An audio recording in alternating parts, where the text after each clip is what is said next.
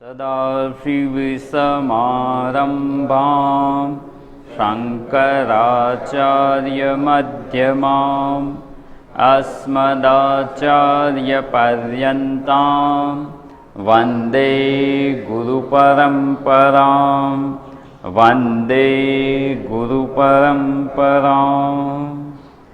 वासुदेवेन्द्रयोगीन्द्रं नत्वा ज्ञानप्रदं गुरुं मुमुक्षूणां हितार्थाय तत्त्वबोधोऽभिधीयते।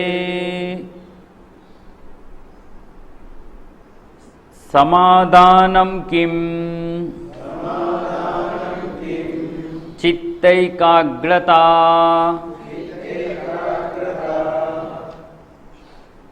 સાધન સંપત્તિનું જે છઠ્ઠું સાધન કે છઠ્ઠી સંપત્તિ જે સમાધાન કહેવામાં આવે છે, એ સમાધાન એટલે શું? તો એનો જવાબ આપવામાં આવે છે ચિત્તની એકાગ્રતા. અહીં તો ખાલી આટલું જ કહ્યું, ચિત્તની એકાગ્રતા. પણ ચિત્તની એકાગ્રતા ક્યાં કરવાની? પૂર્વે શ્રમની વિચારણામાં જોઈ ગયા હતા આપણે. સ્વલક્ષમાં સ્થિતિ કરવી, નિયત સ્થિતિ થવી. અહીંયા પણ ચિત્તની એકાગ્રતા એટલું જ કહ્યું છે.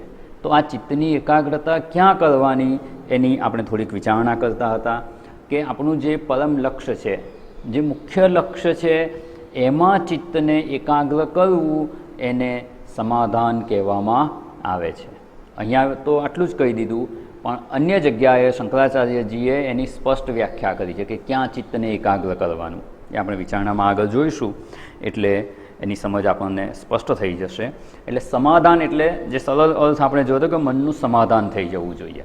અત્યાર સુધી શું હતું તો કે મન ભિન્ન ભિન્ન લક્ષ્યમાં પ્રવૃત્ત થતું હતું. ક્યારેક આ વસ્તુ જોઈએ, ક્યારેક બીજી વસ્તુ જોઈએ. એમ દિવસ દરમિયાન અને જીવન દરમિયાન પણ ભિન્ન ભિન્ન લક્ષ્યની પ્રાપ્તિ માટે પ્રયત્ન કરતા હતા.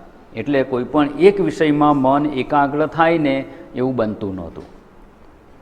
મન શા માટે એકાગ્ર થતું નથી એની આપણે વિચારણા કરી રહ્યા હતા.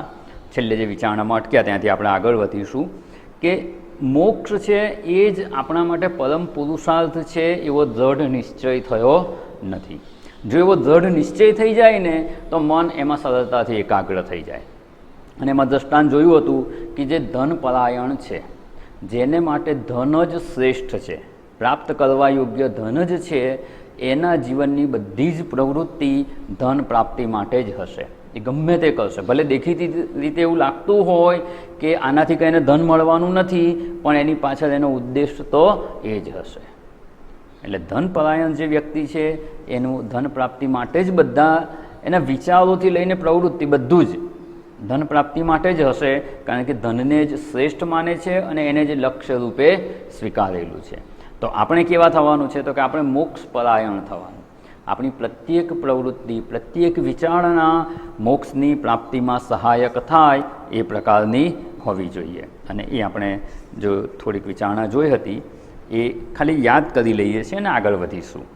આમ ચિત્તની એકાગ્રતા, ચિત્તને એક જ વિષયમાં લગાડવું, એક વિષયમાં એને એકાગ્ર કરવું, તો એ અહીંયા સમાધાન કહેવામાં આવે છે. અને એના માટે આપણે જોયું હતું કે મુખ્ય ગોલ એકવાર નક્કી થઈ જવો જોઈએ, જેને પરમેનન્ટ ગોલ કહીએ.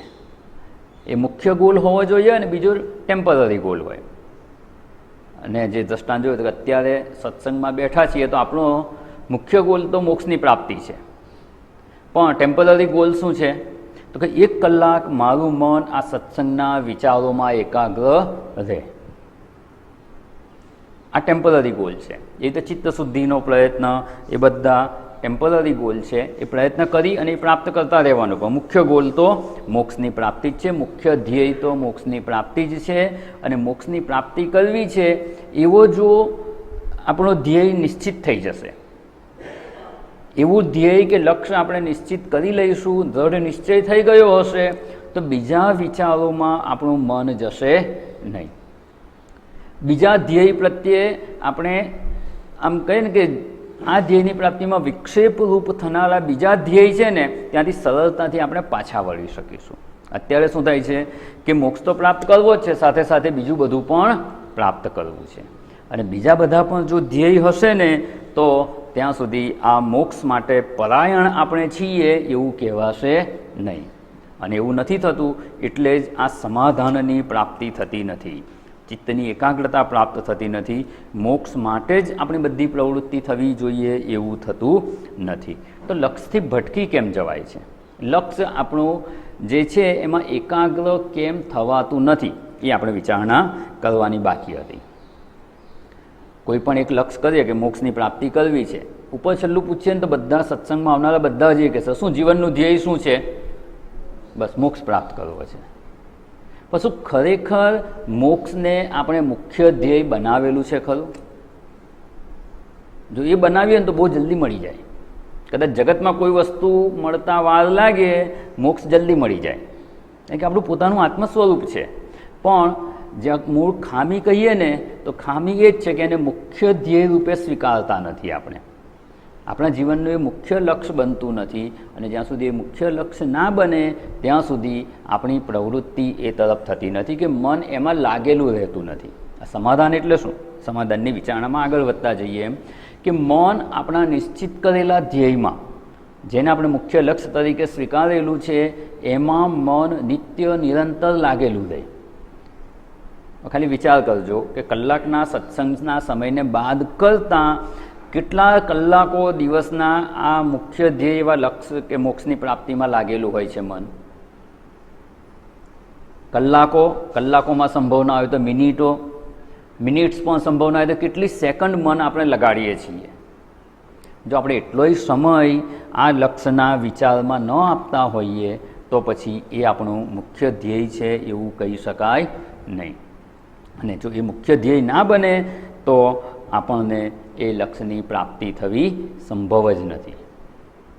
અને એ સંભવ બને એના માટે આપણે લક્ષ્ય વિશેની સ્પષ્ટતા જરૂરી છે. એટલે એની આપણે વિચારણા કરવાની. જો લક્ષ્યની સ્પષ્ટતા નહીં હોય ને તો વિપરીત દિશામાં પ્રવૃત્તિ થઈ જશે. એટલે લક્ષ્ય વિશેની જે સ્પષ્ટતા જરૂરી છે એ સ્પષ્ટતા આપણે પ્રાપ્ત કરવાનો પ્રયત્ન કરવાનો છે. લક્ષ્યથી વિપરીત જતું રહેવાશે. એકવાર એવું થયું, એક ભાઈ ટ્રેનમાં જતા હતા. પેલું અમદાવાદ મુંબઈ વચ્ચે ટ્રેનો ઘણી ચાલતી હોય, એમાં એક ટ્રેન સવારે અમદાવાદથી નીકળે અને એ જ નામની બીજી ટ્રેન મુંબઈથી નીકળે. એવું હોય ને, અમુકમાં એક જ ટ્રેન હોય કે જઈને પાછી આવે. જેને વધારે સમય લાગતો હોય તો બેઉ બાજુથી ટ્રેન સાથે શરૂ થાય. જે રીતે આપણો ગુજરાત એક્સપ્રેસ છે, ગુજરાત એક્સપ્રેસ અમદાવાદથી પણ નીકળે અને મુંબઈથી પણ નીકળે. બેઉ જગ્યાએથી સવારે નીકળે અને લગભગ પહેલાંના ટાઈમિંગનું જે મને યાદ છે એ પ્રમાણે તો સુરતમાં બંને ટ્રેન ભેગી થઈ જાય. આ બાજુથી અમદાવાદવાળી ટ્રેન આવે, મુંબઈથી ટ્રેન આવે, બંને ત્યાં સાથે ભેગી થઈ જાય, પછી પોતપોતાના રસ્તે જતી રહી.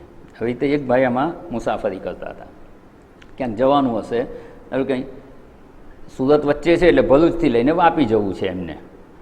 એ ગુજરાત એક્સપ્રેસમાં બેઠા અને સુરત સ્ટેશન પર ટ્રેન ઊભી રહી એટલે ચા નાસ્તો કરવા માટે ઉતર્યા. 10 મિનિટનો હોલ્ટ હતો એટલે એ ટ્રેનમાંથી ઉતર્યા અને જે પ્લેટફોર્મ હોય એક બાજુ મુંબઈ જતી ટ્રેન હતી ને એક બાજુ અમદાવાદ જતી ટ્રેન હતી. એટલે એ તો ઉતરીને ચા પાણી પીધા અને પછી આ બાજુની બદલે આ બાજુની ટ્રેનમાં બેસી ગયા. હવે આ બાજુની ટ્રેનમાં બેસી ગયા એટલે શું થશે? હવે લકીલી એવું થયું કે એ સામેના ડબ્બામાં જ્યાં બેઠા હતા ને, પોતે જે ટ્રેનમાંથી ઉતરા ત્યાં એ જ સીટ એ ડબ્બામાં ખાલી હતી. એટલે એ તો પોતાની જગ્યા પર જઈને બેસી ગયા. પછી જો પેસેન્જર બધા બદલાઈ ગયા. એટલે વિચાર કરે છે કે હું ક્યાં બેસી ગયો એમ. પછી વિચારે છે કે હશે હવે બધા સુરતના પેસેન્જર વધારે હશે ને બધા ઉતરી ગયા અને નવા પેસેન્જર આવ્યા હશે. છતાં મનમાં ડાઉટ ગયો એટલે પૂછે છે કે આ ગુજરાત એક્સપ્રેસ જ છે ને? શું કહેશે બધા? ગુજરાત એક્સપ્રેસ જ છે. પછી જેવી ટ્રેન ચાલુ થઈ અને સ્ટેશન કયું આવ્યું તો કે પાછા ભરૂચ આવી ગયા. કેમ? તો કે લક્ષ્યની સતત જે કહીએ ને કે નિત્ય નિરંતર લક્ષ્ય મનમાં ન હોય, એને જવું છે કઈ બાજુ? વાપી જવું છે. સુરત આવીને લક્ષ્ય શું થઈ ગયું? બીજું બની ગયું. હા, એણે જો એવું પૂછ્યું હોત ને કે આ ટ્રેન મુંબઈ જાય છે કે અમદાવાદ જાય છે, તો જવાબ મળી ગયો હોત. પણ ગુજરાત એક્સપ્રેસ છે એટલે બંને ટ્રેનનું નામ ગુજરાત. એવું ને એવું પેલું સર્ક્યુલર રૂટની બસ આવે, સિટી બસ હોય ને મુંબઈ અમદાવાદ જેવા શહેરમાં સર્ક્યુલર રૂટ હોય, જ્યાંથી શરૂ થાય ને ફરીને પાછી ત્યાં આવી જાય. હવે એમાં એક ભાઈ બલગામથી આવેલા, એટલે કંઈક કામ હતું તો ગયા, અમદાવાદમાં હોય તો આશ્રમ રોડ પર ગયા, અને ત્યાં જઈ અને પોતાનું કામ પતાવે છે. પછી કે હવે પાછું જવાનું છે તો કઈ બસમાં જવાનું, એટલે એમના મિત્ર હતા, એમને ફોન કરીને પૂછે છે કે કઈ જગ્યા પર છે, તો કે આશ્રમ રોડ પર ઊભો છું. તો કે જો 300 નંબરની બસ આવશે, એ સર્ક્યુલર રૂટની બસ છે, તો 300 નંબરની બસ આવે ને એમાં બેસી જજે, એટલે તું અહીંયા આવી જશે. હવે પહેલાં એવું ના કહ્યું કે હું 300 નંબર આશ્રમ રોડ પર ડાબી બાજુ છું કે જમણી બાજુ છું. આ બાજુ જતી બસ હોય તો ડાબી બાજુ આવે, ફરીને કયા રસ્તે આવે, સામેની બાજુ આવે. એ રસ્તામાં બંને બાજુ શું કહેવાય, આશ્રમ રોડ જ કહેવાય ને. એટલે એણે પેલા ભાઈએ તો સલાહ તો સાચી આપી, પણ એણે જે ઉપાય કર્યો એ કેવો હતો, એણે કહેવું જોઈતું કે હું આ બાજુ છું, એટલે તો સામાન્ય બાજુ રસ્તા પર હતા, એટલે રિટર્ન બસ પણ 300 નંબરની જ આવી અને એમાં બેસી ગયા. જો લક્ષ્યની સ્પષ્ટતા નહીં હોય તો આપણો કરેલો પ્રયત્ન પણ આપણને લક્ષ્યથી દૂર લઈ જશે, જ્યાં જવું છે ત્યાં નહીં પહોંચાડે. એટલે લક્ષ્યની સ્પષ્ટતા ખૂબ અગત્યની છે, અને એટલે સત્સંપત્તિમાં છેલ્લે આ સાધન મૂકી દીધું છે. શાસ્ત્રએ સમાધાન, મનનું સમાધાન થઈ જવું જોઈએ કે આ જ મારું લક્ષ્ય છે. જો એવી સ્પષ્ટતા નહીં હોય ને તો આપણા કરેલા પ્રયત્ન પણ આપણને આપણા લક્ષ્યની પ્રાપ્તિમાં આગળ લઈ જશે નહીં, અને ક્યારેક તો વિપરીત દિશામાં લઈ જાય, અવે ફ્રોમ ધ ગોલ થઈ જાય. તો એવું ન થાય એટલા માટે પણ લક્ષ્યની સ્પષ્ટતા જરૂરી છે, અને એ આપણે અહીંયા વિચારણા કરી રહ્યા હતા. અને એ વિચારતા માત્ર આ વેદાંતમાં જ આ એકાગ્રતાની જરૂર છે એવું નથી કે મનનું સમાધાન. એક જ વિષયમાં મનને લાંબો સમય આપણે જો લગાવી શકીએ તો એને એકાગ્રતા કહેવાય. અહીંનો જે વિષય છે પરબ્રહ્મમાં મનને લગાડવાનું છે, એને બદલે બીજા કોઈ વિષયમાં જો લગાવે ને તો એકાગ્રતા તો જોઈએ જ, માત્ર વેદાંત નહીં. કોઈ ક્રિકેટર હોય તો બેટિંગ કરતો હોય, અને આજકાલ તો એટલા ફાસ્ટ બોલર હોય, 140-150ની સ્પીડમાં બોલ આવતું હોય, જો એકાગ્રતા ના હોય તો શું થાય કે માથું ફૂટી જાય, શરીરમાં ક્યાંક વાગે અથવા વિકેટ પડી જાય, રમી જ ના શકે. ફિલ્ડિંગમાં ઘણીવાર એકદમ નજીક ફિલ્ડિંગ કરતા હોય અને બેટ્સમેન જો એકદમ ફાસ્ટ શોટ મારે તો શું થાય, જો એલર્ટ ના હોય, એકાગ્ર ના હોય તો હાથ ભાંગી જાય. એટલે દરેક જગ્યાએ આ એકાગ્રતાની તો આવશ્યકતા છે જ, તો અધ્યાત્મમાં તો વિશેષ આવશ્યકતા છે. કારણ કે જીવનનું અંતિમ ધ્યેય જે મોક્ષ છે એની પ્રાપ્તિનો પ્રયત્ન કરી રહ્યા છીએ. બેંકમાં કેશિયર હોય અને નોટ ગણતો હોય અને એકાગ્રતા ન રહેતી હોય તો શું થાય, આજે સાંજે આની પાર્ટીમાં જવાનું, નોટ ગણતા ગણતા વચ્ચે એવો વિચાર આવી જાય તો એ પોતાનું કાર્ય ના કરી શકે. ડ્રાઇવિંગ કરતા, ડ્રાઇવિંગમાં કેટલી એકાગ્રતા જોઈએ. પહેલાંમાં તો નોટ ગણતા ગણતા ધારો કે એક વાર બીજો વિચાર આવી ગયો તો શું કરવાનું, ફરી ગણી શકાય. પણ હાઈવે પર એક ભૂલ થઈ ગઈ તો, હાઈવે પર ડ્રાઇવિંગમાં ભૂલ માફ થતી નથી. એક જગ્યા પર સરસ બોર્ડ મારેલું હતું, બહુ સ્પીડમાં ચલાવતા હોય ને, જો સ્લો હોય અને એક્સિડન્ટ થાય ને તો કંઈક બચવાના ચાન્સ હોય, પણ ઓવર સ્પીડમાં ડ્રાઈવ કરતા હોય ને એક્સિડન્ટ થાય તો. એટલે હાઈવે પર સરસ બોર્ડ મારેલું હતું, जिनको जल्दी थी वो चले गए. એટલે આગળ જતા રહ્યા એવું બને, પણ ક્યાં ગયા, जिनको जल्दी थी वो चले गए. એવું અહીંયા જેવી રીતે આ બધી જગ્યાએ એકાગ્રતાની આવશ્યકતા છે, એના કરતાં પણ વિશેષ આવશ્યકતા અધ્યાત્મના ક્ષેત્રમાં છે. જો એમાં સહેજ પણ ગાફેલ રહ્યા તો બીજું કોઈ લક્ષ્ય જો આવી ગયું અને એમાં મન લાગી ગયું તો આ થશે નહીં. અને એટલે જ જ્યારે સત્સંગ કરતા હોય તો શાસ્ત્રને કહેવામાં ગૂઢ વિદ્યા છે, રાજવિદ્યા રાજગુહ્યમ. કેમ ગુહ્ય કહી દીધું? શબ્દો સ્પષ્ટ છે, પુસ્તક આપણી પાસે છે, શ્લોકના શબ્દો વંચાય છે, દેવનાગરી લિપિમાં લખેલા છે, એનું ભાષાંતર લખેલું છે, અને આપણી માતૃભાષામાં ગુજરાતીમાં ભાષાંતર છે, તોય કેમ એને ગુહ્ય કહી દીધું? કે જેનો અધિકાર નહીં હોય ને ત્યારે જ્યારે વાક્યનો અર્થ સમજાવવામાં આવશે ને એ જ વખતે મન બીજે જતું રહેશે અને વાક્યનો અર્થ ગ્રહણ નહીં થાય. શબ્દો હશે, શબ્દાર્થ હશે, પણ એ વાક્યનો અર્થ જે મનમાં પ્રગટ થવો જોઈએ ને એ નહીં થાય. જ્યારે ખરેખર એ સમજાવવાનું હોય ને ત્યારે જ મનમાં બીજો વિક્ષેપ આવી જાય, બીજા વિચારોનો વિક્ષેપ આવી જાય કે મનની ચંચળતા એમાં વિઘ્નરૂપ બને.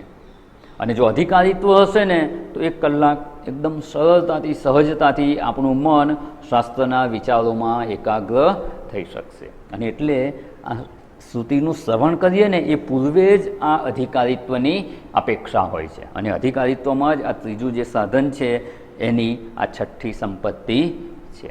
જો આ હશે, અધિકારીત્વ પ્રાપ્ત કરેલું હશે, તો પછી આ શાસ્ત્ર શ્રવણ, મનન, નિધિધ્યાસન જે અંતરંગ સાધન કહેવાય છે એને સારી રીતે આપણે કરી શકીશું. ને એ કરી શકીશું તો શ્રુતિનો અર્થ સ્પષ્ટ સમજાઈ જશે, શ્રુતિનો અર્થ ગ્રહણ થઈ જશે, તો એ આત્મસાત થતાં વાર લાગશે નહીં.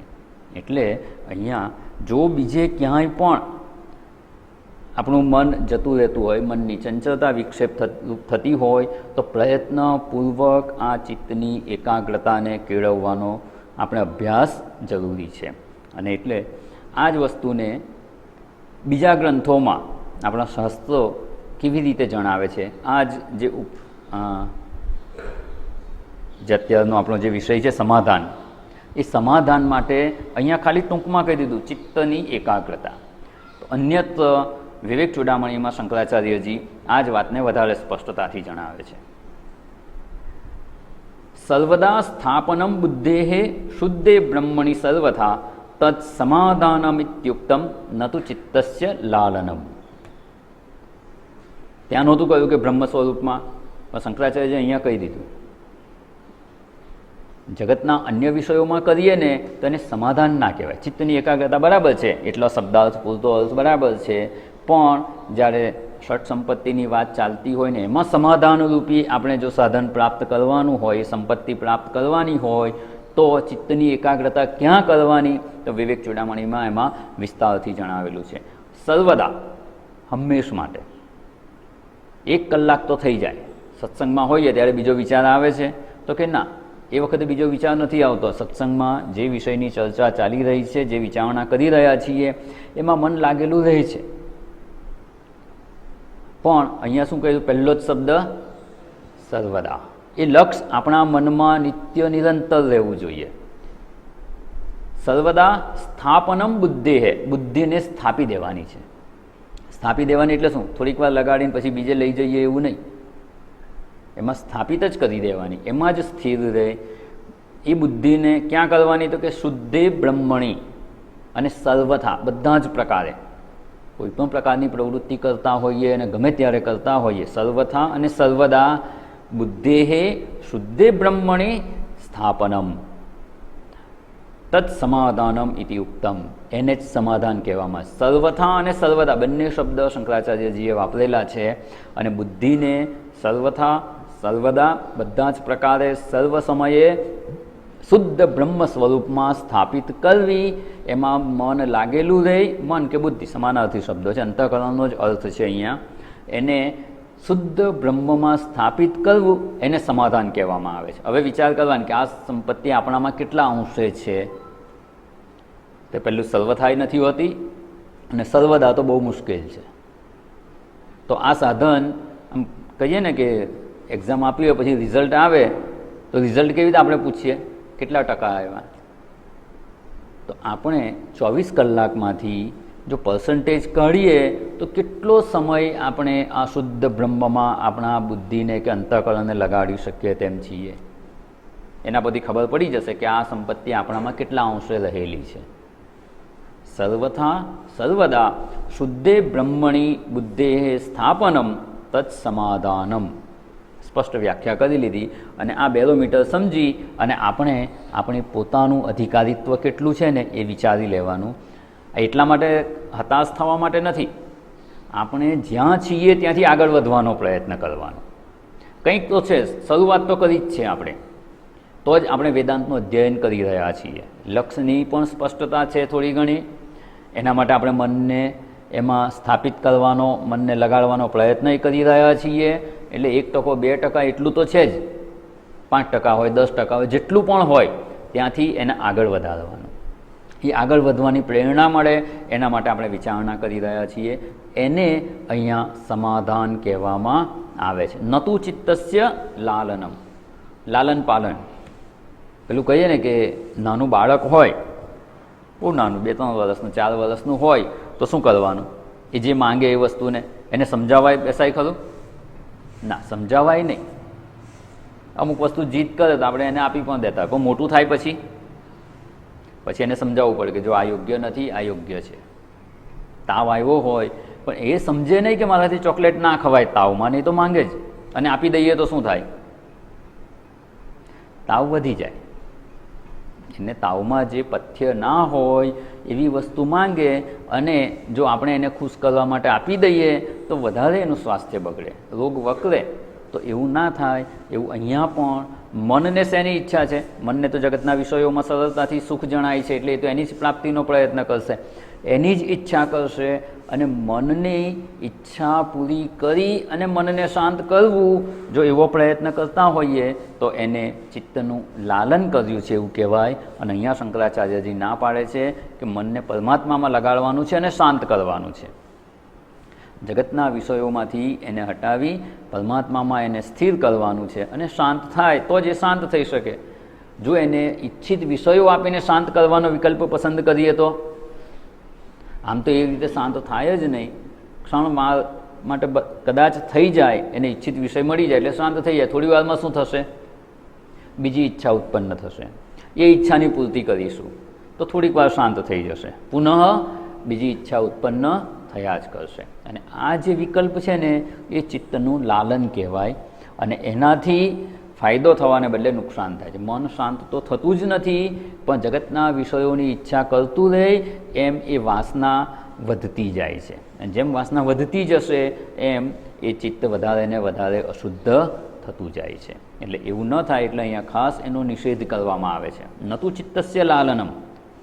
તો શું કરવાનું? તો કે શુદ્ધે બ્રહ્મણી સર્વથા સર્વદા સ્થાપનમ. અને એવું કરવાથી જ એ મન શુદ્ધ થઈ શકે એમ છે. અને શુદ્ધ મન હશે તો જ એ આ અધિકારી બની શકશે. આપણે આ બધી સાધન સંપત્તિ પ્રાપ્ત કરવાની જ શેના માટે? ચિત્તની શુદ્ધિ માટે. એ જ અધિકારીત્વ જ છે. શુદ્ધ ચિત્ત થવું ને એ જ આમ તો મુખ્ય અધિકારીત્વ છે. અને ચિત્તની શુદ્ધિ પ્રાપ્ત કરવા માટે જ આ બધા સાધનોની વિચારણા છે. જો ચિત્ત શુદ્ધ થઈ ગયું તો એક વારનું શ્રવણ પણ આત્મ સ્વરૂપમાં સ્થિતિ કરાવવા માટે પર્યાપ્ત છે. અને પેલું જે દ્રષ્ટાંત કહે છે ને કે અરીસાની સામે ઊભા હોઈએ અને આપણું પ્રતિબિંબનું ન જણાતું હોય તો શું કરવાનું? પ્રકાશ છે, અરીસો છે ને આપણે ઊભા છીએ અને છતાં પ્રતિબિંબ નથી જણાતું તો અરીસો જ સાફ કરવા. આત્મ સ્વરૂપ આપણું પોતાનું આત્મ સ્વરૂપ છે, આપણે એને જાણીએ છીએ, એને જ હું રૂપે આપણે સંબોધીએ છીએ, એને જાણવા માટેનો પ્રયત્ન કરીએ છીએ, છતાં નથી જણાતું કારણ કે ચિત્ત શુદ્ધ નથી. તો પ્રયત્ન ચિત્ત શુદ્ધિનો કરવાનો છે. અને જો ચિત્તનું લાલન કરવામાં આવશે, એ જે જગતના વિષયોની ઈચ્છા કરશે અને એ પૂર્તિના પ્રયત્નો કરતા રહીશું તો ચિત્ત વધારે અશુદ્ધ થશે. અને વધારે અશુદ્ધ થશે તો આધ્યાત્મિક માર્ગે પ્રગતિને બદલે અધોગતિ થશે. એટલે એવું ન થાય એટલા માટે પણ અહીંયા વિશેષ વાત જણાવી, નતુ ચિત્તસ્ય લાલનમ. બાકી એ ન કહ્યું હોત તો ચાલે કે આમ કરો, પણ સંભાવના છે કે આવું થઈ શકે એટલે એનો અહીંયા નિષેધ કરવામાં આવે છે. જો એ સંભાવના જ ના હોત ને તો નિષેધ ના કર્યો હોત, ખાલી કહી દીધો કે આવું કરો. અહીંયા વિશેષ પ્રકારે એનો નિષેધ કરેલો છે. નતુ ચિત્તસ્ય લાલનમ. શું? તો કે બ્રહ્મમાં એને સર્વદા સર્વથા સ્થાપનમ. એવી જે બુદ્ધિ હોય કે એવું જે શુદ્ધ થયેલું મન હોય, મન કહીએ તો શુદ્ધ મન કહેવાય, બુદ્ધિ કહીએ તો સૂક્ષ્મ બુદ્ધિ કહેવાય. એ સૂક્ષ્મ બુદ્ધિ પ્રાપ્ત કરીએ કે શુદ્ધ મન પ્રાપ્ત કરીએ તો એ આપણું અધિકારી થયેલું અંતઃકરણ છે.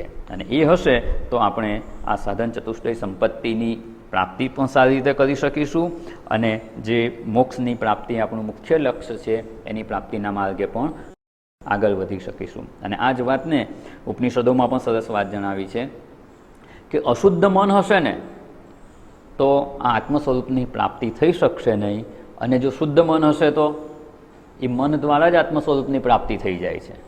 ઘણીવાર આ શ્લોક સાંભળ્યા હશે, યાદ છે કોઈ?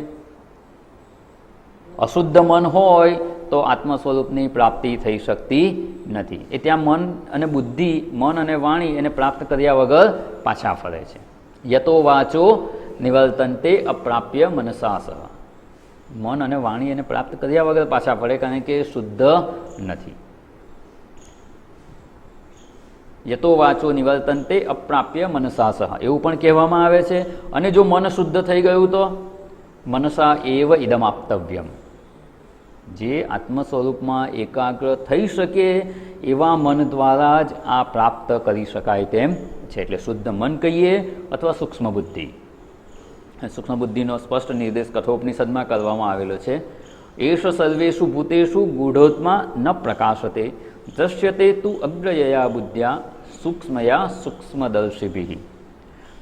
જે એકાગ્ર થયેલી બુદ્ધિ, સૂક્ષ્મ બુદ્ધિ છે, એના દ્વારા જ આત્મ સ્વરૂપનું દર્શન થઈ શકે તેમ છે. એટલે અહીંયા જે ઉપનિષદની વાત છે એ જ વાત આપણે સમજવાનો એટલા માટે પ્રયત્ન કરી રહ્યા છીએ કે જે વિચારણા આપણે કરી રહ્યા છીએ ને એને શ્રુતિનો સાથ છે. શાસ્ત્ર પ્રમાણથી પણ આ જ વાત સિદ્ધ થાય છે. આપણી પોતાની બુદ્ધિથી તર્ક કરીને પણ આપણે આ જ વાત સમજી ગયા, અને કેટલાય દૃષ્ટાંતો લીધા. એ આપણા રોજબરોજના જીવનના અનુભવથી પણ આપણે આ જ વાત સમજવાનો પ્રયત્ન કરી રહ્યા છીએ કે જો મન અન્ય વિષયોમાં એકાગ્ર થયેલું હશે, આમ તો એને એકાગ્ર કહેવાય જ નહીં, અન્ય વિષયો એક તો હોઈ ના શકે. બ્રહ્મ સિવાયના જે કોઈ આપણા કહીએ ને કે લક્ષ્ય બનતા હોય એવા વિષયો હોય એ એક જ હોય એવું બને ના. હમણાં જ આપણે જોઈ ગયા કે મન પોતાના વિષયો કે ધ્યેયને બદલતું જ રહે છે. ક્યારેક આ વસ્તુની પ્રાપ્તિની ઈચ્છા થાય, ક્યારેક આ વસ્તુ પ્રાપ્તિની ઈચ્છા થાય, એમ વિષયો બદલાતા જ રહે છે, અર્થાત કે ધ્યેય બદલાતા જ રહે છે. એટલે એક જ ધ્યેય બ્રહ્મ સિવાયનું હોય ને એ સંભવ નથી. એટલે જ્યારે ચિત્તની એકાગ્રતા કરવાનું કહ્યું ને એના જ એટલા જ શબ્દોથી સિદ્ધ થઈ જાય કે જો એકાગ્ર જ કરવાનું હોય તો બ્રહ્મમાં જ થઈ શકે. બ્રહ્મ સિવાયનો કોઈ પણ વિષય હોય ને એ એક ન હોઈ શકે, એ બદલાતા રહે. એટલે બ્રહ્મ સિવાયના કોઈ પણ વિષય હોય ને એમાં એકાગ્રતા સંભવ જ નથી. અને એકાગ્રતા જ હોય કારણ કે લક્ષ્ય અનેક જ છે. એક જ લક્ષ્ય હોય કે ધન પ્રાપ્તિ એટલું જ લક્ષ્ય હોય એવું હોતું નથી. તરત લક્ષ્ય બદલાઈ જાય. સંબંધો સાચવવા છે. ધન પ્રાપ્ત કરી લીધું તો ધન દ્વારા હવે સત્તા મેળવવી છે, સમાજમાં પ્રતિષ્ઠા મેળવવી છે. આમ વિષયો બદલાતા રહે છે એટલે ધ્યેય બદલાતા રહે છે. એટલે બ્રહ્મ સિવાયના કોઈ પણ એક જ વિષય હોય એવું સંભવતું નથી. એટલે જ્યારે ચિત્તની એકાગ્રતા કહ્યું ને એનાથી જ સિદ્ધ થઈ ગયું કે એક વસ્તુ બ્રહ્મ જ છે, એમાં જ એકાગ્રતા સંભવે છે. એ સિવાયના વિષય હશે તો અનેકાગ્રતા જ હશે, કોઈ પણ વિષય હોય. એટલે અહીંયા જ્યારે આવું કહેવામાં આવ્યું ચિત્તની એકાગ્રતા કેળવવી એને સમાધાન કહેવામાં આવે છે. તો આપણે આ મનને શુદ્ધ કરવાનું, બુદ્ધિ હોય તો એને સૂક્ષ્મ કરવાની. શુદ્ધ અને સૂક્ષ્મ થયેલું જે અંતઃકરણ છે એ જ એકાગ્ર થવા માટે યોગ્ય છે. એવું નહીં હોય તો એ એકાગ્ર થઈ શકશે નહીં. તો કે મન કે અંતઃકરણ એ શેમાંથી બનેલું છે? હે? સત્વગુણ ને? તો એ તો શુદ્ધ જ હોવું જોઈએ ને. રજસ ગુણ હોય તો અશુદ્ધિ કહેવાય, તમસ ગુણ હોય તો અશુદ્ધિ કહેવાય. સત્વગુણમાંથી જ બનેલું હોય તો એ શુદ્ધ જ હોવું જોઈએ. તો કે સ્વભાવથી તો શુદ્ધ જ છે, સ્વભાવથી તો શુદ્ધ જ છે. પણ પૂર્વેના અનેક જન્મોના અનેક કર્મોના એટલા સંસ્કારો એમાં આવી ગયા છે ને એ સંસ્કારોની અશુદ્ધિ છે. એ બધી જે વાસના છે એની અશુદ્ધિ છે અને એ રજસ અને તમસ ગુણ મિશ્રિત છે. એટલે આ જે વાસનાની અશુદ્ધિ છે ને, વાસનાના જે સંસ્કાર આવી ગયેલા છે, મનમાં રહેલા જે સંસ્કાર છે અનેક જન્મોના ભેગા થયેલા, એ અશુદ્ધિને દૂર કરવાની છે. ધારો કે આપણે જે માટીનો ઘડો હોય, માટલું હોય ને આપણે ઘરમાં, ઉનાળામાં પાણી પીવા આપણે રાખતા હોય કે ઠંડુ પાણી પીવું હોય તો માટલું હોય, એમાં આપણે પાણી ભરીએ, એ પાણી આપણે પીએ. હવે આ માટલું શેમાંથી બનેલું છે? બરાબર છે. હવે ચોમાસામાં આપણે નદીમાં હોય છે એવું ડોળું પાણી આવે, અથવા આમે થોડી ઘણી તો અશુદ્ધિ હોય જ પાણીમાં. રોજ એમાં ભરતા રહીએ પીતા રહીએ તો અમુક સમય પછી શું થઈ જશે? અંદર માટી નીચે જામી જશે, માટીનો થર જામી જશે. હવે એ જે માટીનો થર એક જામી ગયો, એ માટી અને માટલાની માટી છે તો બંને માટી, પણ માટલું બનાવવામાં જે માટી વપરાય છે ને એ એનું સ્વરૂપ છે. એ માટીથી પાણી અશુદ્ધ થતું નથી, પણ આ જે પછીથી માટી આવેલી છે એને શું કહેવાશે? એને અશુદ્ધિ કહેવાશે. એ અશુદ્ધિ દૂર કરવાની. તો સ્વરૂપથી તો માટલું છે એની માટી છે તો શુદ્ધ જ છે. બહારથી આવેલી છે ને જે માટી એમાં સેટલ થઈને એમાં નીચે બેસી ગઈ છે માટી, એ અશુદ્ધિ કહેવાય. અને જ્યારે પછી માટલું વિછળે ત્યારે શું એ માટી કાઢી નાખીએ છીએ. જે માટલું બનાવવામાં વપરાયેલી છે માટી એ કઢાઈ ખરી? ના, એ એનું સ્વરૂપ છે. એવી રીતે આ જે સત્વગુણમાંથી બનેલું અંતઃકરણ છે ને સ્વરૂપથી તો શુદ્ધ જ છે, પણ અનેક જન્મોના આ જે સંસ્કારો ભેગા થયેલા છે, જગતની વાસનાઓ છે, જગતના વિષયોની ઈચ્છાઓ, એ સંસ્કાર રૂપે જે રહેલી છે એનાથી ચિત્ત અશુદ્ધ થયેલું છે. અને જ્યાં સુધી એની પ્રાપ્તિનો પ્રયત્ન કરતા રહીશું, ચિત્તસ્ય લાલનમ, મનમાં ઈચ્છા થાય એની પૂર્તિનો પ્રયત્ન કરે એટલે સંસ્કાર વધારે દ્રઢ થતા જશે. એટલે એ જે સંસ્કાર છે ને એ અશુદ્ધિ છે, એને દૂર કરવાની. તો કેવી રીતે દૂર થાય? તો કે એને લક્ષ્ય બનાવવાનું જ નહીં. જગતના કોઈ પણ પદાર્થ કે વસ્તુ એ આપણું લક્ષ્ય નથી. લક્ષ્ય નથી અર્થાત કે એ આપણને સુખી કરી શકે એમ નથી. સુખી થવા તો મોક્ષની પ્રાપ્તિ જ કરવી પડશે. તો બીજા મોક્ષ સિવાયના બીજા બધામાંથી મનને હટાવી લેવું. હવે બીજા કોઈ પણ લક્ષ્ય આપણા બની શકે નહીં. મોક્ષ જ એકમાત્ર લક્ષ્ય છે. મોક્ષ પરાયણ જ છીએ. બીજા કોઈ પણ જગતના પદાર્થો, વિષયો, વસ્તુ, વ્યક્તિ એ કોઈ આપણું લક્ષ્ય બની શકે એમ નથી. અને એ લક્ષ્ય ન બને અને એવું જો મન થઈ જાય ને તો એ સંસ્કારો ધીમે ધીમે ધોવાઈ જશે. એનો પ્રભાવ નહીં બતાવી શકે અને તો આપણું મન શુદ્ધ થશે. એટલે અહીંયા મન સ્વરૂપથી તો સ્વભાવથી તો સત્વગુણનું બનેલું હોવાથી શુદ્ધ જ છે. જો આપણે એની અંદર રહેલા જે સંસ્કારો છે એને દૂર કરી દઈએ તો મન શુદ્ધ જણાશે. એ સંસ્કારો છે ત્યાં સુધી અશુદ્ધ જણાય છે અને સંસ્કારો ત્યાં સુધી જ પોતાનું કાર્ય કરશે જ્યાં સુધી આપણે એને મહત્ત્વ આપતા રહીશું, એને લક્ષ્ય બનાવતા રહીશું. મનમાં સંસ્કારો છે એને લીધે ઈચ્છા ઉત્પન્ન થાય છે અને મનમાં જે ઉત્પન્ન થયેલી જગત વિષયક ઈચ્છાઓ છે એને આપણે લક્ષ્ય બનાવીશું ને તો મન અશુદ્ધ જ રહેશે. અને એવું અશુદ્ધ મન આપણને આત્મ સ્વરૂપમાં સ્થિત થવા દેતું નથી. એ એકાગ્ર પણ થઈ શકે નહીં. અને એવું મન જો એકાગ્ર ન થઈ શકે તો પછી આપણે સમાધાનની પ્રાપ્તિ કરી શકીએ નહીં.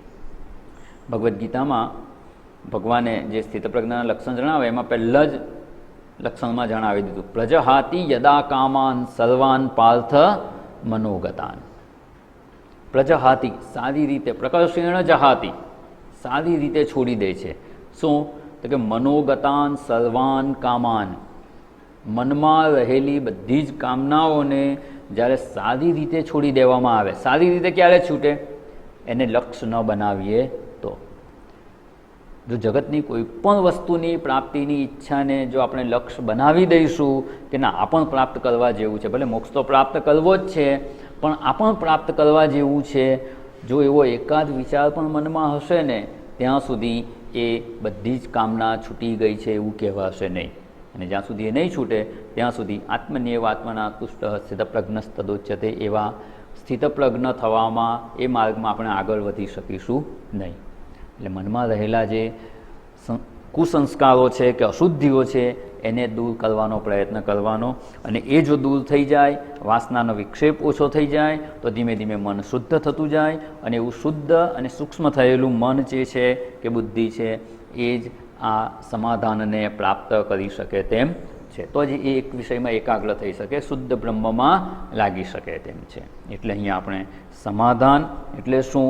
તો કે ચિત્તની એકાગ્રતા, અનૈકાગ્રતા છોડવાની, મનમાં રહેલી અશુદ્ધિને છોડવાની. અને જો મનમાં રહેલી અશુદ્ધિ છૂટી જશે તો જ કહેવાશે કે સર્વથા સર્વદા શુદ્ધે બ્રહ્મણી બુદ્ધેહે સ્થાપનમ. એમાં આપણે એને સ્થિર કરવાનું છે. તો હવે થોડોક એક વિચાર કરી લઈએ કે આ મન અનૈકાગ્ર કેમ થાય છે?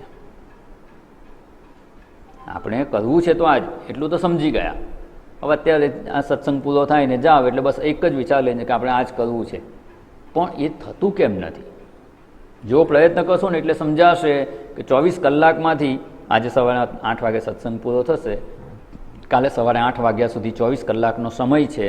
24 કલાકમાં આપણા મનની સ્થિતિને ઓબ્ઝર્વ કરજો, એ અવલોકન કરજો કે આ 24 કલાકમાંથી કેટલો સમય આપણું મન આ મોક્ષપરાયણ રહે છે અને કેટલો સમય એ સિવાયના લક્ષ્યનો વિચાર કરે છે. અને એ જે 24 કલાકનો આમ કહીએ ને કે સમરી કાઢશો ને ત્યારે ખ્યાલ આવશે કે આપણી ઈચ્છા તો આ જ છે પણ એવું થતું નથી. બહુ જ ઓછો સમય હોય છે કે મોક્ષપરાયણ આપણે જીવતા હોઈએ છીએ.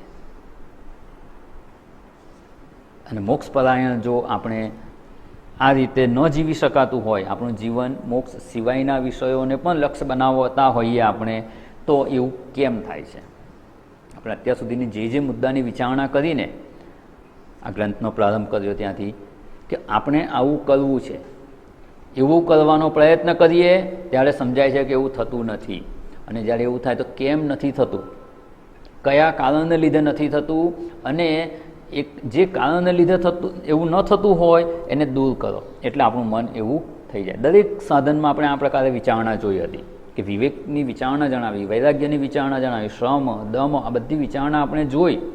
શાસ્ત્રએ કીધું છે આવું કરવાનું, કરવા જઈએ ત્યારે ખબર પડે કે આપણું સામર્થ્ય નથી, થતું નથી, એનાથી વિપરીત જ થાય છે. તો કેમ વિપરીત થાય છે એનું કારણ અહીં શોધવાનું, કારણને દૂર કરવાના ઉપાય જાણવાના, અને આપણે કેવી રીતે એને આત્મસાત કરી શકીએ એ પ્રકારે આપણે બધા વિષયોમાં વિચારણા જોઈ છે. અહીંયા પણ આપણે વિચારણા કરવાની છે કે શુદ્ધ બ્રહ્મમાં મનને સ્થાપવાનું છે, એમાં ચિત્તને એકાગ્ર કરવાનું છે. અને જ્યારે એવો પ્રયત્ન કરીએ ત્યારે સમજાય છે કે એટલું સરળતાથી એ થતું નથી થતું. તો હવે વિચાર કરીએ કે કેમ નથી થતું, એનું કારણ તો શોધવું પડે ને. કેમ નથી થતું?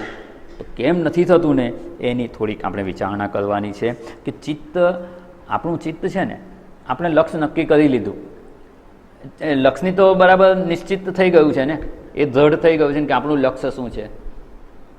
અત્યારે વિચાર કરીએ ત્યારે તો શું છે આપણા બધાનું લક્ષ્ય? મોક્ષ પ્રાપ્તિ કરવી છે, મોક્ષપરાયણ જીવન જીવવું છે એવું નક્કી તો કરી લીધું.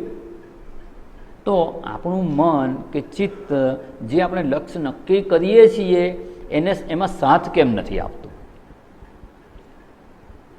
શાસ્ત્રો તો એવું જ જણાવે છે કે આપણે જે લક્ષ્ય નક્કી કરીએ ને એમાં આપણું મન તો સાથ આપે, બીજું કોઈ માણસ આવીને આપણને સાથ ના આપે. ધારો કે એક નક્કી કરે કે આપણે આજે આ કામ કરવું છે અને એમ હોય કે આ લોકો બધા આપણને મદદ કરશે, સંભવ છે કે એ લોકો મદદ ના કરે, પણ આપણું મન તો મદદ કરવું જોઈએ ને. આપણે નક્કી કરીએ ને આપણે જ કામ ના કરીએ તો એવું ના બને. આપણે નક્કી કરેલું હોય તો આપણું મન તો આપણને સાથ આપવું જ જોઈએ. અને શાસ્ત્ર કહે છે કે આપણું મન આપણને સાથ આપે જ છે. જે લક્ષ્ય આપણે નક્કી કરીએ ને એની પ્રાપ્તિમાં મન આપણને સાથ આપે જ છે. જો આ સત્ય હોય તો જીવનમાં કેમ નથી અનુભવાતું? તો કે જીવનમાં નથી અનુભવાતું કે આપણું મન આપણને મોક્ષ પુરુષાર્થ જ કરવા દે, એ સિવાયમાં જાય જ નહીં એવું થવું જોઈએ, પણ થતું નથી. કેમ? તો કે આપણે જ આપણા મનને પૂર્વે બીજા કેટલાય લક્ષ્ય આપી રાખેલા છે. પેલું કહે ને આશ્રમમાં માણસ કામ કરતો હોય એને આપણે સાંજ પડે કહે કે આ માણસ મારું કહ્યું કરતો જ નથી, આ માણસ મારું કહ્યું કરતો જ નથી. તો શું ખરેખર જો એ આપણું કહ્યું કરતો જ નહીં તો આપણે રાખીએ શું કામ એને નોકરી પર? ખરેખર જો આપણું કહ્યું ના કરે તો એને છૂટ જ કરી દેવાનો હોય, પણ આપણે એને રાખીએ છીએ. કેમ? આપણું જ કહ્યું કરે છે, કારણ કે એને ગઈકાલે છે ને કહી રાખેલું કે ત્યાં પેલા ખૂણામાં આ કામ કરવાનું છે, અહીંયા આ કામ કરવાનું છે, અહીંયા આ કામ કરવાનું છે. 10 કામ પહેલેથી બતાવી દીધા હોય એટલે એ તો સવારમાં ઉઠીને પોતાના કામે જતો રહ્યો. અને આપણે પછી સવારે નક્કી કરીએ કે આજે મારા ઓફિસમાં આ ટેબલ ખસેડવું છે, એટલે પેલો આવે એટલે ખસેડીએ, પણ પેલો આવતો જ નથી, એ કામ કરવા આવતો જ નથી. કેમ નથી આવતો? તો એ જે બીજું કામ કરે છે એ કોણે કહેલું છે? આપણે જ કહેલું છે. આપણું જ કહ્યું કરે છે, પણ આપણે આગલે દિવસે કહી રાખેલું ને અત્યારે ભૂલી ગયા, અને અત્યારે આપણે જે નવું કામ યાદ આવ્યું એને કહે કે આ કામ કરવા નથી આવતું. બસ એવી જ રીતે આપણા મનમાં પણ પૂર્વેના સંસ્કારોને લીધે અને પૂર્વે આપણે એવા લક્ષ્ય નક્કી કરી રાખેલા છે અને એટલા દ્રઢ છે કે હમણાં નક્કી કરીએ છીએ કે મારે મોક્ષપરાયણ જીવન જીવવું છે, પણ એ પહેલાં જે લક્ષ્ય નક્કી કરી રાખેલા છે તે તો હજુ છોડ્યા નથી. અને જ્યાં સુધી જગતના અન્ય લક્ષ્યની પ્રાપ્તિના જે ધ્યેય નક્કી કરેલા હશે ત્યાં સુધી મન એમાં જશે, અને એમાં જાય છે મન, એમાં જ પ્રવૃત્ત થાય છે. એનો અર્થ એવો નહીં કે આપણે કહીએ એમ નથી કરતું, આપણું જ કહેલું કરે છે. એટલે સૌથી પહેલાં તો જે અન્ય લક્ષ્યનું મહત્ત્વ છે ને એ ઓછું કરવું પડે, અન્ય લક્ષ્ય છોડવા પડે. અન્ય ધ્યેયને જીવનમાંથી મહત્ત્વ આપવાનું બંધ કરીએ ને તો મન તરત આ કરવા આવી જશે.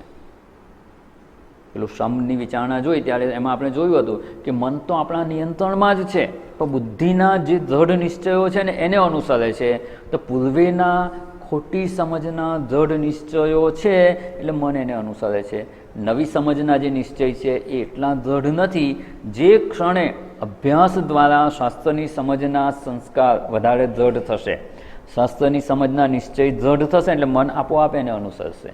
બસ એવી જ રીતે પૂર્વેના જે લક્ષ્ય આપણે નક્કી કરેલા છે નાનપણથી લઈને અત્યાર સુધીમાં, આ જન્મના અથવા પૂર્વે જન્મના પણ એ સંસ્કાર રૂપે મનમાં રહેલા હોય છે કે ના આ પ્રાપ્ત કરીએ તો એ સુખ થાય, ધન પ્રાપ્ત કરવું પડે, શરીર સ્વાસ્થ્ય વધારે જાળવવું પડે, સંબંધો જાળવવા પડે, સમાજમાં પ્રતિષ્ઠા પ્રાપ્ત કરવી પડે. અને આ જે લક્ષ્ય પહેલેથી નક્કી થયેલા છે એમાં મન પ્રવૃત્ત થઈ જાય છે. અને એવા ઘણા બધા લક્ષ્ય આપણે નક્કી કરેલા જ છે, કેટલાય જીવનમાં ધ્યેયો પૂર્વે સ્વીકારેલા એ હજુ છે જ, અને આપણે નવું આજે એક ઉમેરીએ છીએ. એટલે આના માટે થોડોક સમય આપશે, મન એમાં જોડાશે, પણ કેટલું? બીજા બધાના પ્રમાણમાં આમાં બહુ જ ઓછું જોડાય છે. એટલે કે બીજા ધ્યેય વધારે દ્રઢતાથી આપણે પકડી રાખેલા છે. એટલે આપણું મન જો મોક્ષ પરાયણ ન થતું હોય, એમાં ચિત્ત એકાગ્ર ન થતું હોય તો સમજી લેવાનું કે આપણું મન બીજા કોઈક ધ્યેયમાં લાગેલું છે, અને બીજા કોઈક ધ્યેયનું મહત્ત્વ હશે ત્યાં સુધી મન આમાં લાગશે જ નહીં. જે નિર્ધન હોય એનું મન ક્યાં લાગેલું હોય? ધન પ્રાપ્તિમાં. જે રોગી હોય એનું મન ક્યાં લાગેલું હોય? રોગ નિવારણના ઉપાયમાં. ધનવાન છે એટલે જે કલાકાર છે, ધારો કે કોઈ કળા છે, એનું ધ્યાન ક્યાં હોય? એનું મન ક્યાં લાગેલું હોય? તો કે પોતાની કળાની ખ્યાતિ પ્રાપ્ત કરવામાં લાગેલું હોય. તો કળા જે હોય તો કે મને એનાથી ખ્યાતિ મળવી જોઈએ, પ્રખ્યાતિ મળવી જોઈએ, એ એનું ધ્યેય હોય.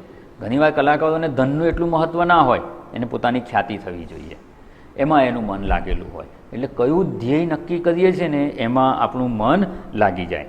રમત ત્યાર બાળક હોય તો એને તમે કહો ભણવા બેસ, ચોપડી લઈને બેસ, એમાં એનું મન લાગશે જ નહીં, એનું મન રમતમાં જ લાગશે. કોઈ ભોગી વ્યક્તિ છે એનું મન ક્યાં લાગે? જેને ભોજનમાં ખૂબ રુચિ છે, જાત જાતના ભોજન ખાવા છે, એનું મન ક્યાં લાગશે? અને જો એને વારંવાર હાઈવે પર જવા આવવાનું થતું હોય ને તો એને કયા ગામ પર ક્યાં કઈ હોટલમાં કયું ખાવાનું મને બધું જ ખબર હોય. આપણે એ જ રસ્તે એમના કરતાં વધારે ગયા હોય પણ આપણું ધ્યાન ના હોય. કેમ? મન એમાં લાગેલું છે, એ ધ્યેય છે. એટલે જેનું જે ધ્યેય હોય એમાં એનું મન લાગેલું હોય. કોઈ યોગી હોય તો યોગીનું મન યોગમાં લાગેલું હોય, અને ભક્ત હોય તો ભગવાનમાં લાગેલું હોય, અને મુમુક્ષુ હોય તો મોક્ષમાં લાગેલું હોવું જોઈએ. ખરેખર જો એ રોગી હોય ને તો એનું ઔષધમાં મન લાગેલું હોય જ, કઈ દવા લઉં કે જલ્દી હું સારો થઈ જાઉં. નિર્ધન હોય તો એનું મન ધન પ્રાપ્તિના પ્રયત્નમાં જ લાગેલું હોય. અને ખરેખર જો એમાં લાગેલું ના હોય તો શું સમજવાનું? ખરેખર એને ધનની જરૂર નથી. ઘણીવાર એવું હોય, ડૉક્ટર પાસે જાય ખરા પેશન્ટ, દવાઈ લખી આપે પણ લે નહીં સિરિયસલી, તો શું સમજવાનું? એ રોગ કંઈક સાચો નથી. ઘણીવાર એવું થાય, પગ દુખતો હોય, કંઈક દુખાવો થતો હોય અને ડૉક્ટર દવા આપે ને, બહુ દુખતું હોય ને તો 2 દિવસ દવા લે, પછી ડિસકન્ટિન્યુ. કેમ? થોડુંક સારું લાગે એટલે મટી ગયું, પછી ધ્યાન બીજે જતું રહે, પછી એના પર ધ્યાન નથી તો એ દવા પણ ના લે પૂરી. એવી રીતે આપણે જો મુમુક્ષુ હોઈએ તો આપણું મન મોક્ષના સાધનમાં લાગવું જ જોઈએ. નથી લાગતું ને તો સમજી લેવાનું કે આપણે એને મોક્ષને પુરુષાર્થ રૂપે કે લક્ષ્ય રૂપે સ્વીકાર્યું જ નથી હજુ. એટલે આપણે મોક્ષ પરાયણ છીએ કે નહીં? મોક્ષ પરાયણ થઈએ તો મન લાગવું જોઈએ એવું નહીં. મન નથી લાગતું ને તો સમજી લેવાનું કે મોક્ષ પરાયણ આપણે થયા જ નથી. પ્રયત્ન ત્યાં કરવાનો, બીજેથી મનને હટાવવાનું, અન્ય ધ્યેયમાં મન ન જાય એવો પ્રયત્ન કરવાનો, અન્ય ધ્યેયમાં જતું જ રહેતું હોય તો અન્ય ધ્યેયનું મહત્ત્વ ઓછું કરી નાખવાનું. જ્યાં જ્યાં આપણું મન લાગતું હોય ને એને ધ્યેય રૂપે સ્વીકારવાનું બંધ કરી દે. એ કંઈ જીવનનું લક્ષ્ય નથી. અને જ્યારે એ વિચાર આવશે એને જીવનના લક્ષ્ય રૂપે આપણે જો નહીં સ્વીકારીએ તો પછી સરળતાથી આપણે મોક્ષપરાયણ થઈ શકીશું. અને જે કહ્યું કે જગતના વિષયોને જો ધ્યેય રૂપે સ્વીકારેલા હશે ને તો અનેકાગ્રતા છે જ. જગતના વિષયો અનેક છે, એક વિષયની પ્રાપ્તિમાંથી બીજા વિષયમાં, અને મનનો સ્વભાવ પણ એવો છે. મન કોઈ પણ એક વિષયમાં, જગતનો કોઈ પણ વિષય હોય એક જ વિષયમાં લાંબો સમય ટકે જ નહીં. એ મનનો સ્વભાવ છે, ચંચળતા છે. ભગવદ્ ગીતામાં પણ અર્જુનનો પ્રશ્ન શું હતો 6થા અધ્યાયમાં? ચંચલમ હિ મનઃ કૃષ્ણ પ્રમાથી બલવદ્દઢમ તસ્યાહમ નિગ્રહમ મન્યે વાયોરીવ સુદુષ્કરમ. ચંચળ છે તો ભગવાને શું કીધું? ના ના ના, એવું ને તું માને છે એવું નથી, એવું કહ્યું. શું કીધું? એ તો બરાબર, એ તો પછી એનો ઉપાય બતાવ્યો. પણ જે અર્જુનનું સ્ટેટમેન્ટ હતું કે મન બહુ ચંચળ છે, એક વિષયમાં સરળતાથી એકાગ્ર થતું નથી, તો ભગવાન એની વાત સાથે સંમત થયા કે નહીં? હા ભાઈ, મન તો એવું છે જ, મન તો એવું જ છે, છતાં એને નિયમનમાં રાખવું હોય તો અભ્યાસ એન તો કૌંતેય અસંશયમ મહાબાહુ મનોદુર્નિગ્રહમ ચલમ. આ પહેલી પંક્તિ શું કહે છે? તું એમાં સંશય ના કર કે મન ચંચળ નથી, એવું ને, મન તો ચંચળ છે જ. તો શું કરવાનું હવે? તો કે અભ્યાસ એન તો કૌંતેય વૈરાગ્યેણ ચ ગૃહ્યતે. એનો અભ્યાસ કરી વૈરાગ્ય ભાવ રાખી અને જો અભ્યાસ કરવામાં આવે તો એવા મનને પણ નિયમનમાં રાખી શકાય એમ છે. એટલે આપણું મન જો મોક્ષપરાયણ ન થતું હોય તો એક તો વૈરાગ્ય કયો, અને વૈરાગ્ય હશે એટલે શું થશે? વૈરાગ્ય ક્યાં કરવાનો? આમાં આપણે ભણી ગયા ને, વ્યાખ્યામાં શું આવે છે? ઇહ સ્વર્ગ ભોગેશુ, એટલે ક્યાં ક્યાં? ઇહ એટલે આલોક, આખો આલોક આવી ગયું અને પરલોકે આવી ગયું. એટલે આ જન્મમાં છે એ પણ ખરું, આ જન્મ પછી જન્માંતરમાં કંઈ મળવાનું હોય એમાં પણ ઈચ્છા રાહિત્યમ, અને એમાં આપણે એક શબ્દ બ્રેકેટમાં મૂકીને સમજી ગયા હતા, સુખેચ્છા રાહિત્યમ. એમાં સુખની ઈચ્છાની રહિતતા હોવી જોઈએ, સુખની ઈચ્છા ન હોવી. હવે જો એમાં સુખની ઈચ્છા નથી, આ લોક અને પરલોક બધું જ આવી ગયું, તો જગતનો કોઈ વિષય પછી આપણું ધ્યેય બની શકે નહીં, આપણું લક્ષ્ય બની જ ના શકે. હા, આપણું કર્તવ્ય થતું હોય, કર્તવ્ય પાલન માટે આપણે પ્રવૃત્ત થઈએ, આપણી પ્રવૃત્તિ હોય એની ના નથી, પણ કર્તવ્ય પાલન માટે હોય, એને એનાથી સુખી થઈ જવાશે એ બુદ્ધિથી નહીં. અને જો એનાથી સુખી થઈ જવાશે એવી બુદ્ધિ જો જતી રહે તો એ આપણું ધ્યેય નથી બનતું પછી. અને ધ્યેય ના બને તો આપણું મન પછી એમાં જશે નહીં. જેટલું જરૂર હશે એટલા પૂરતું ભલે એમાં પ્રવૃત્ત થાય, પણ એને ધ્યેય રૂપે નહીં સ્વીકારેલું હોય તો મન એમાં સુખેચ્છાથી સંલગ્ન થશે નહીં. અને જો એવું થઈ શકે તો બીજું કોઈ ધ્યેય ન રહેવાથી હવે શું થશે? એક જ મોક્ષ આપણા માટે ધ્યેય બચે છે અને એમાં મન સરળતાથી એકાગ્ર થઈ જાય છે. એટલે જો આવું મનનું સમાધાન પ્રાપ્ત કરવું હશે ને તો જે અનૈકાગ્રતા જે કારણને લીધે છે, કયા કારણને લીધે છે? તો કે પૂર્વે આપણે જ અન્ય ધ્યેયને સ્વીકારેલા છે, અન્ય લક્ષ્ય આપણે સ્વીકારેલા છે. જ્યારે આ શાસ્ત્રની આ સમજ નહોતી ત્યારે જગતમાં બીજે સુખ શોધતા હતા અને એમાં કંઈ ખોટું નહોતું. જ્યારે ખબર જ ના હોય ત્યારે એ પ્રયત્ન હોઈ શકે છે, પણ ત્યારના જે લક્ષ્ય કે ધ્યેય સ્વીકારેલા છે એને જ્યારે હવે શાસ્ત્રની સાચી સમજ પ્રાપ્ત થઈ ગઈ ને ત્યારે એને હવે ધ્યેય રૂપે સ્વીકારવાનું બંધ કરી દેવાનું. એ જીવનનું ધ્યેય નથી. એની પ્રાપ્તિ કરવાથી આપણે કૃતકૃત્ય થઈ શકવાના નથી અથવા સુખી થઈ શકવાના નથી, સરળ શબ્દોમાં કહેવું હોય તેવું. આવો એક નિશ્ચય જો મનમાં થશે ને તો બીજા બધા લક્ષ્ય છૂટી જશે. એને લક્ષ્ય રૂપે નહીં, એ પ્રાપ્ત કરવા યોગ્ય છે ને એ બુદ્ધિ કાઢી નાખવાની. આ મળી જાય તો ઠીક છે, સારું ભોજન કરવું એ કંઈ લક્ષ્ય નથી, અને છતાં મળી જાય તો આપણે પ્રેમથી આરોગ્ય ત્યારે આનંદ પણ થાય, પણ એની પ્રાપ્તિ કરવી એ ધ્યેય આપણું ન હોઈ શકે. ધ્યેય તો આપણું મોક્ષની પ્રાપ્તિ જ છે, અને એના માટે જો આવી તત્પરતા હશે તો ચોક્કસ એ આપણને પ્રાપ્ત થઈ શકે છે અને એમાં જ મન એકાગ્ર થશે. જે ધ્યેય જ નહીં સ્વીકારીએ તો મન એમાં જશે નહીં. એટલે જે આપણે હમણાં વિચારણાનો પ્રારંભ કરેલો કે અન્ય વિષયોમાં મન જાય છે કેમ, આમાં કેમ નથી લાગતું અન્ય વિષયોમાં જાય છે? કારણ કે આપણે જ એને લક્ષ્ય રૂપે પૂર્વે સ્વીકારેલા હતા. તો હવે એમાં મન ન જાય એવું ઈચ્છતા હોઈએ તો શું કરવાનું? એને લક્ષ્ય રૂપે સ્વીકારવાનું બંધ કરી દેવાનું. એને લક્ષ્ય રૂપે સ્વીકારવાનું ક્યારે બંધ થાય? એમાંથી સુખબુદ્ધિ છોડી દઈએ તો. એ મને સુખી કરશે એ ભાવ જો એમાંથી છૂટી ગયો તો એ આપણું લક્ષ્ય બનશે નહીં. લક્ષ્ય નહીં બને તો મન એમાં પરાયણ થશે નહીં, અને મન એમાં પરાયણ નહીં થાય તો શું કરશે? તો કે મનનો સ્વભાવ છે જેને આપણે લક્ષ્ય રૂપે સ્વીકારેલા છે એમાં એ એકાગ્ર થશે. અને લક્ષ્ય રૂપે હવે એક જ રહ્યું, માત્ર મોક્ષ પ્રાપ્ત કરવું છે, તો મન સરળતાથી એમાં એકાગ્ર થઈ શકશે. એટલે શુદ્ધે બ્રહ્મણી સર્વથા સર્વદા સ્થાપનમ, બુદ્ધિને એમાં સ્થાપિત કરવી, એને સમાધાન કહેવામાં આવે છે. એને જ અહીંયા ચિત્ત એકાગ્રતા કહેવામાં આવે છે. એવી ચિત્તની એકાગ્રતા જો આપણને પ્રાપ્ત થઈ જાય તો સમાધાન રૂપી સંપત્તિ આપણે પ્રાપ્ત કરી છે. અને આ બધી સંપત્તિ કહેવાય છે. આ સંપત્તિ અધ્યાત્મ યાત્રા સરળતાથી થાય ને એના માટે જરૂરી છે. આ સંપત્તિ છે. સંપત્તિ હશે તો યાત્રા સરળતાથી થઈ જશે. વ્યવહારમાં પણ કોઈ પણ યાત્રા કરવી હોય, સંપત્તિ હોય તો સરળતાથી યાત્રા થાય, ના હોય તો મુશ્કેલી પડે. એટલે આ સંપત્તિ જેટલી વધારે પ્રાપ્ત કરી શકીએ, અત્યાર સુધી આપણે લૌકિક જગતની સંપત્તિ પ્રાપ્ત કરવામાં જીવનનો સમયનો ઉપયોગ કર્યો, હવે એ જ જીવનને હવે આધ્યાત્મિક સંપત્તિ પ્રાપ્ત કરવા ઉપયોગ કરવાનો. અને એક વસ્તુ તો આપણને સ્પષ્ટ છે, આપણા પોતાનો અનુભવ છે કે જો આ જગતની સંપત્તિ હોય તો આપણું જીવન સરળ થઈ જાય છે. એ તો બધાનો અનુભવ છે. જેની પાસે નથી ને એનો પણ આ નિશ્ચય તો છે જ કે આ જગતની સંપત્તિ હોય તો જીવન સરળ થઈ જાય. હોય એનો પોતાનો અનુભવ છે, ન હોય એનો વિપરીત અનુભવ છે. એને ખબર છે કે નથી એટલે દુઃખી છું. એટલે મનમાં નિશ્ચય તો એ જ છે કે સંપત્તિ હોય તો સુખી થવાય. તો બસ એવી રીતે અધ્યાત્મ યાત્રા સારી રીતે કરી શકીએ. અને અજ્ઞાન અવસ્થાથી હું પોતાને શરીર, ઇન્દ્રિયો, મન, બુદ્ધિ માનું છું, એ અજ્ઞાનતા છે ને ત્યાંથી લઈ અને હું સતચિત આનંદ સ્વરૂપ છું, એ આત્મ સ્વરૂપના જ્ઞાનની પ્રાપ્તિ સુધી, એ જ્ઞાનમાં નિત્ય નિરંતર સ્થિતિ થાય, એ આપણું લક્ષ્ય છે.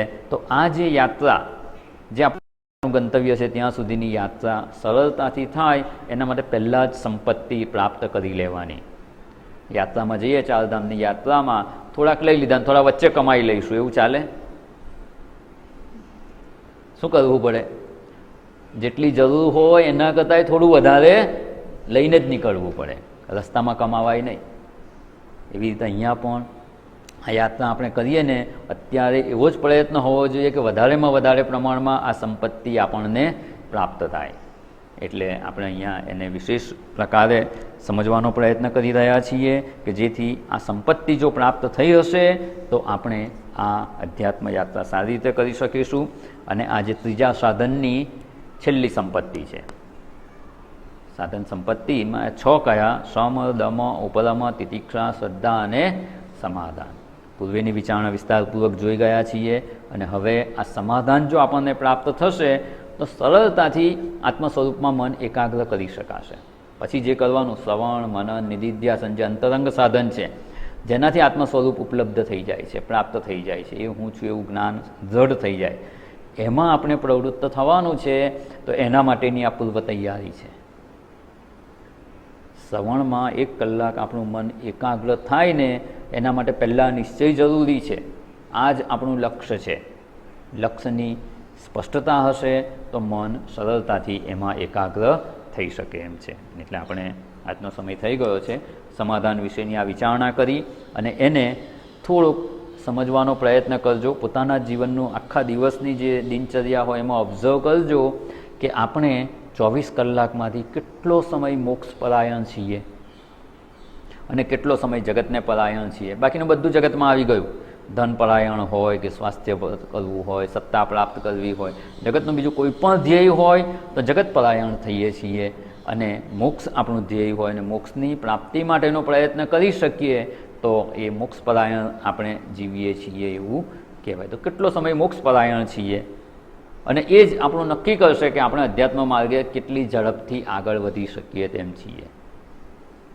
એટલે એ થોડુંક આપણે વિચારણા કરી અને આના પ્રત્યે આપણે સજાગ થઈ શકીએ એની આપણે વિચારણા જોઈ. વિશેષ વિચારણા આપણે પુનઃ મળીશું ત્યારે કરીશું. ઓમ પૂર્ણમદ પૂર્ણમિદમ પૂર્ણાત પૂર્ણમુદચ્યતે પૂર્ણસ્ય પૂર્ણમાદાય પૂર્ણમેવાવશિષ્યતે. ઓમ શાંતિ શાંતિ શાંતિ. હરિ ઓમ. શ્રી ગુરુભ્યો નમઃ. હરિ ઓમ.